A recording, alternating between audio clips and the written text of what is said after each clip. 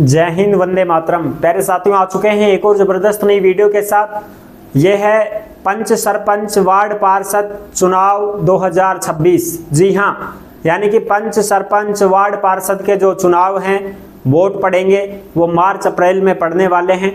और इसमें कुछ नियम लगाए गए थे कि भाई जिनके 3 बच्चे हैं, क्या वो वोट लड़ सकते हैं, चुनाव लड़ सकते हैं? जी बिल्कुल हाँ, लड़ सकते हैं। क्या अनपढ़ भी वोट चुनाव लड़ सकते हैं? बिल्कुल लड़ सकते हैं। पूरी की पूरी जानकारी और अपडेट को हम अच्छी प्रकार से समझेंगे और जानेंगे इस वीडियो के माध्यम से। यहाँ पे आपको प्रूफ भी दिखाएंगे, जो नई अपडेट आई है उसके ऊपर भी हम बात करेंगे। तो अभी तक आप नहीं जुड़े हैं चैनल से, तो विश्वास के साथ आप ओमवीर योजना के यूट्यूब चैनल को सब्सक्राइब कर सकते हैं, क्योंकि यहाँ पे आपको सभी सरकारी योजनाओं की जानकारी और अपडेट दी जाती है। चलो शुरू करते हैं।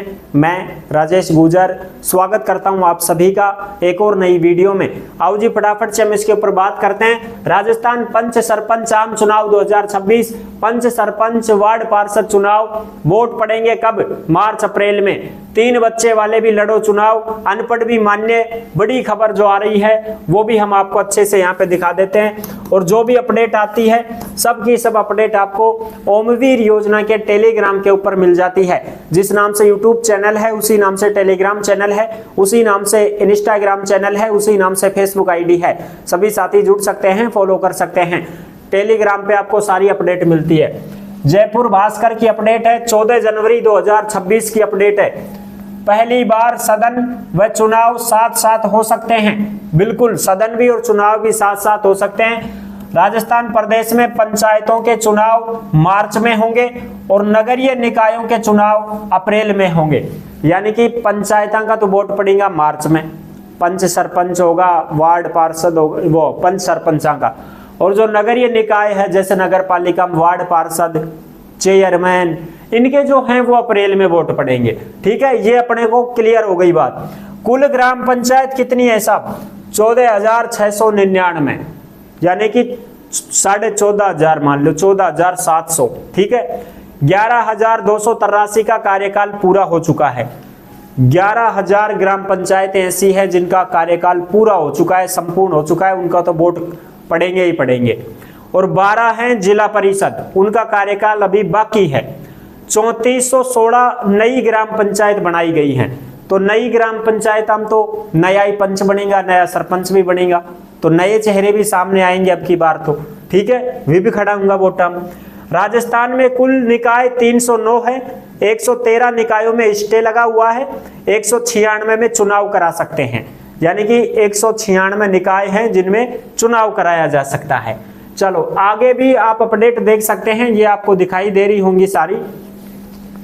राजस्थान प्रदेश में 30 साल पुराने कानूनी प्रावधान वापस लेने की तैयारी हो चुकी है। यानी कि जो पुराना कानून लाग रहा है ना, 3 बच्चा चुनाव कौन लड़ सकी, ठीक है, ये सब वापस होंगे। इनको जो है मान्यता नहीं दी जाएगी। निकाय पंचायत चुनाव 2 से कम संतान की हटेगी बाध्यता। यानी कि ये कोई जरूरी नहीं है कि साहब 3 संतान वाला वोट नहीं लड़ सकता, चुनाव नहीं लड़ सकता।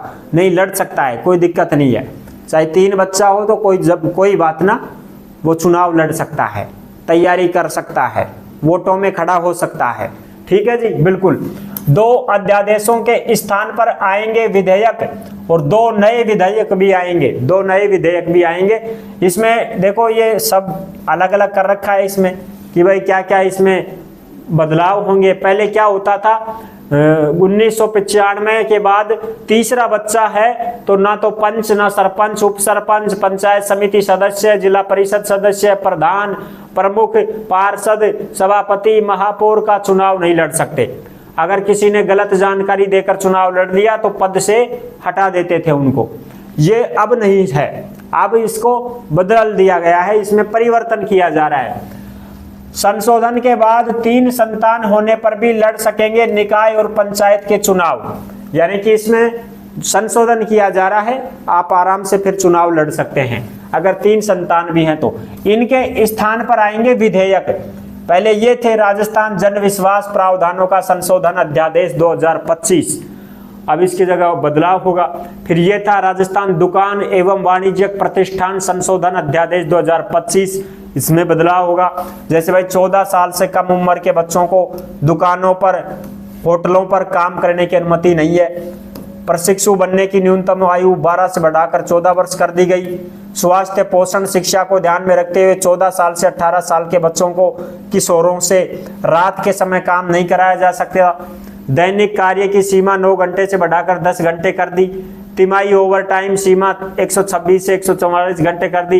यही हो गया कि भाई 14 साल तक के बच्चों का शिक्षा का अधिकार है, वो पढ़ेंगे, काम नहीं कर सकते किसी होटल में, ठीक है। रात को फैक्ट्रियों में, कंपनियों में काम नहीं कर सकती महिलाएं, किशोर भी नहीं कर सकते। ये सब नियम हैं, तो ये इस वजह से। तो आई होप आप अच्छे से समझ गए होंगे कि भाई वोट भी पड़ेगा, पंचायत का तो मार्च में पड़ेगा, नगर पालिका का अप्रैल में पड़ेगा, और 3 संतान भी हैं वह भी चुनाव लड़ेगो। अनपढ़ है वह भी चुनाव लड़ेगो, क्योंकि इसमें एक बार अपडेट आई थी कि भाई पंच तो होना चाहे 10वीं पास और सरपंच होना चाहे 12वीं पास, यही तो बात आई थी। लेकिन ऐसा नहीं होगा, ठीक है ना। अनपढ़ भी वोटों में खड़े हो सकते हैं, कोई दिक्कत नहीं है। आई होप आप अच्छे से समझ गए होंगे, सारी जानकारी मैंने क्लियर कर दी है।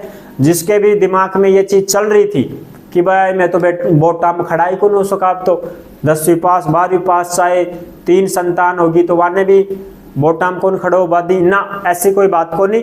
तो तैयारी करो, अगर तुमको चुनाव लड़ना है तो आप लड़ सकते हैं, ठीक है ना। बाकी इसमें नोटिस आ जाएगा, नोटिस आते ही हम आपको और भी साझा कर देंगे, शेयर कर देंगे, सारी चीजें बता देंगे।